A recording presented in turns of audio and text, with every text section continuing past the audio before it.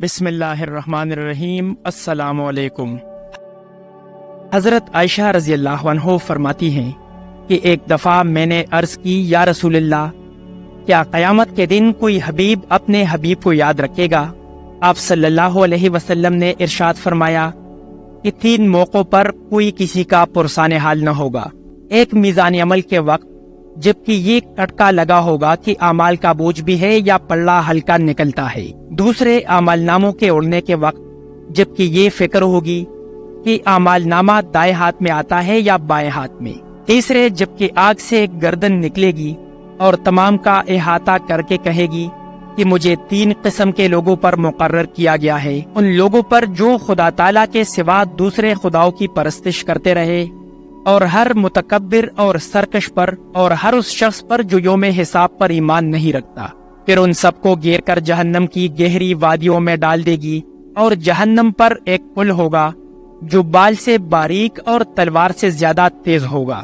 اس پر لوہے کے کانٹے اور کنڈیاں لگی ہوگی، لوگ اس پر سے کونتی ہوئی بجلی کی طرح اور کچھ تیز ہوا کے جھونکے کی طرح گزریں گے، اور کچھ بچتے بچاتے پار ہو جائیں گے، اور کچھ خراشے اور زخم کا کر دوزخ میں اوندے منہ گر پڑیں گے۔ حضرت ابو ہریرہ رضی اللہ عنہ حضور صلی اللہ علیہ وسلم کا ارشاد نقل فرماتے ہیں کہ 2 نفخوں کے درمیان 40 برس کی مدت ہوگی، پھر اللہ تعالیٰ آسمان سے ایک خاص طرح کا پانی برسائیں گے جس سے لوگ زمین سے یوں ظاہر ہوں گے جیسے سبزہ اڑتا ہے۔ حضرت ابو ہریرہ رضی اللہ عنہ سے روایت ہے کہ رسول اللہ صلی اللہ علیہ وسلم نے ارشاد فرمایا کہ اللہ نے زمین و آسمان بنانے کے بعد سور بنایا اور حضرت اسرافیل علیہ السلام کو دیا، جسے وہ اپنے منہ سے لگائے اور عرش معلیٰ کی طرف نظر اٹھائے، ہر وقت اس انتظار میں ہیں کہ کب اسے پونکنے کا حکم ملتا ہے۔ ابو ہریرہ رضی اللہ عنہ فرماتے ہیں، میں نے عرض کیا، یا رسول اللہ، سور کیا ہے؟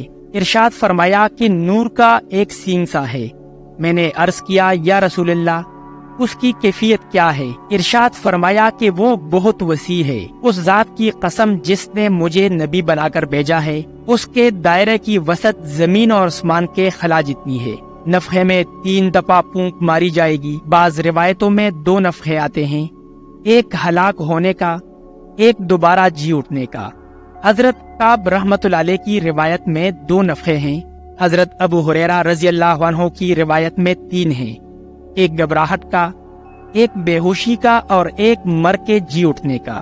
چنانچہ اللہ تعالیٰ پہلی بار حضرت اسرافیل علیہ السلام کو حکم فرمائیں گے، وہ اس میں پونک لگائیں گے تو زمین و آسمان کی پوری مخلوق گھبرا جائے گی۔ اللہ تعالیٰ کے اس ارشاد پاک میں اسی نفخے کا ذکر ہے، اور جس دن سور میں پونک ماری جائے گی سو جتنے جاندار آسمان اور زمین میں ہیں سب گھبرا جائیں گے، سوائے اس کے جس کو اللہ چاہے۔ زمین ہلنے لگے گی، ہر دودھ پلانے والی اپنے دودھ پیتے بچے کو بھول جائے گی، اور تمام حمل والیاں اپنا حمل ڈال دے گی، اور تجھ کو لوگ نشے کی سی حالت میں دکھائی دیں گے، حالانکہ وہ نشے میں نہ ہوں گے، لیکن اللہ تعالیٰ کا عذاب بڑی سخت چیز ہے، اور بچے اس دن میں بوڑھے ہو جائیں گے، اور شیاطین بھی خوف کے مارے ڈرتے بھاگتے پھریں گے، جب تک اللہ تعالیٰ کو منظور ہوگا یہی عالم رہے گا۔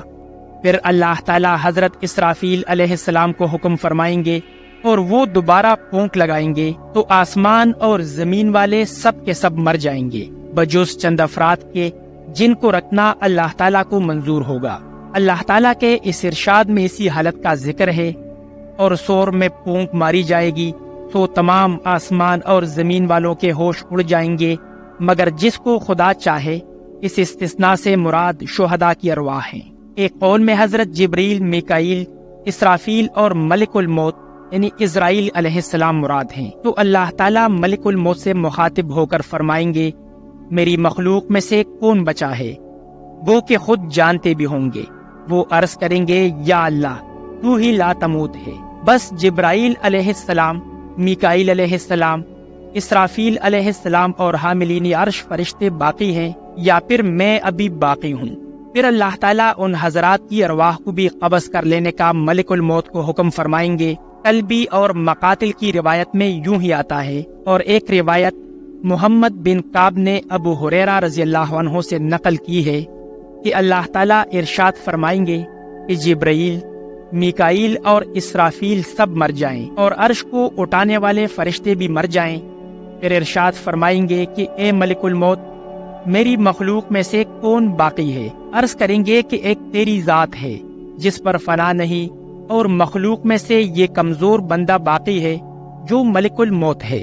ارشاد فرمائیں گے کہ اے ملک الموت، تو نے میرا یہ قول نہیں سنا کہ ہر جان کو موت کا مزہ چکھنا ہے، اور تو بھی تو میری مخلوق میں سے ایک ہے، لہٰذا تو بھی مر جا۔ تو وہ بھی مر جائیں گے۔ ایک اور روایت میں ہے کہ اللہ تعالیٰ اس کو ارشاد فرمائیں گے کہ تو خود ہی اپنی روح قبض کر۔ چنانچہ وہ جنت اور دوزخ کے مابین ایک جگہ پر آ کر اپنی روح قبض کریں گے اور ایسا چیخیں گے کہ تمام مخلوق اگر زندہ ہوتی تو ان کے چیخنے سے ہی مر جاتی، اور کہیں گے کہ اگر مجھے معلوم ہوتا کہ نزع کی سختی اور تلخی اس قدر ہوتی ہے تو میں مومنین کی روح قبض کرنے میں بہت زیادہ نرمی کیا کرتا۔ پھر مر جائیں گے اور مخلوق میں سے کوئی بھی باقی نہ رہے گا۔ پھر اللہ تعالیٰ دنیا کی حقارت کے طور پر فرمائیں گے، آج کے روز کس کی حکومت ہے؟ کوئی جواب نہ دے گا تو خود ہی فرمائیں گے، بس اللہ ہی کی حکومت ہے جو یکتا اور غالب ہے۔ پھر اللہ تعالیٰ آسمان کو حکم فرمائیں گے، وہ 40 یوم تک ایک خاص طرح کا پانی برسائے گا جو مردوں کی منی جیسا ہوگا، حتیٰ کہ وہ پانی ہر شے پر 12 ہاتھ تک چڑھ جائے گا، اور اللہ تعالیٰ اسی پانی سے مخلوق کو یوں پیدا فرمائیں گے جیسا کہ سبزہ پھوٹتا ہے، حتیٰ کہ ان کے جسم مکمل ہو جائیں گے اور پہلے کی طرح ہو جائیں گے۔ پھر اللہ تعالیٰ اسرافیل علیہ السلام کو حکم فرمائیں گے اور حاملین عرش کو بھی فرمائیں گے کہ وہ سب اللہ کے حکم سے زندہ ہو جائیں گے، اور حضرت اسرافیل علیہ السلام اللہ تعالیٰ کے حکم سے سور کو تام کر اپنے منہ سے لگا لیں گے۔ پھر اللہ تعالیٰ حضرت جبریل اور میکائیل علیہ السلام کو زندہ ہونے کا حکم فرمائیں گے تو وہ بھی بحکم الہی زندہ ہو جائیں گے۔ پھر اللہ تعالیٰ ارواح کو طلب فرمائیں گے، انہیں لا کر سور میں جمع کر دیا جائے گا، اور حضرت اسرافیل کو حکم ہوگا تو وہ جی اٹھنے کے لیے سور پھونکیں گے، جس سے ارواح شہد کی مکھیوں کی طرح نکل کر زمین و آسمان کے خلا کو بھر دیں گی، اور پھر زمین میں اپنے اپنے جسموں میں داخل ہو جائیں گی اور زمین ان پر سے پٹ جائے گی۔